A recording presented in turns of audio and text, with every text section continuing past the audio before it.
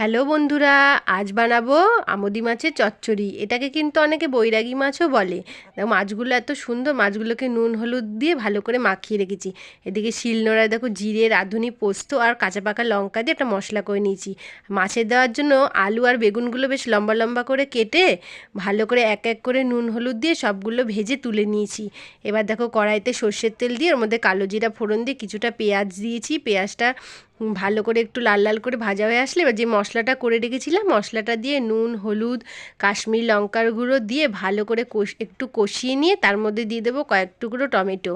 ওটাকেও ভালো করে একটু কষিয়ে এবার যে আলু আর বেগুনটা ভেজে রেখেছিলাম ওটা আর মাছটা দিয়ে ভালো করে এবার একটু কষিয়ে নিয়ে তার মধ্যে দেবো ধনেপাতা কুচি। ওইটাও দিয়ে আবারও একটু নাড়াচাড়া দিয়ে সামান্য একটু জল দিয়ে ঢাকা দিয়ে দিলেই তৈরি আমোদি মাছের চচ্চড়ি। গরম ভাতের সাথে কিন্তু দারুণ লাগে। এই রেসিপিটা ভালো লাগলে অবশ্যই লাইক আর কমেন্টস করে দেবে।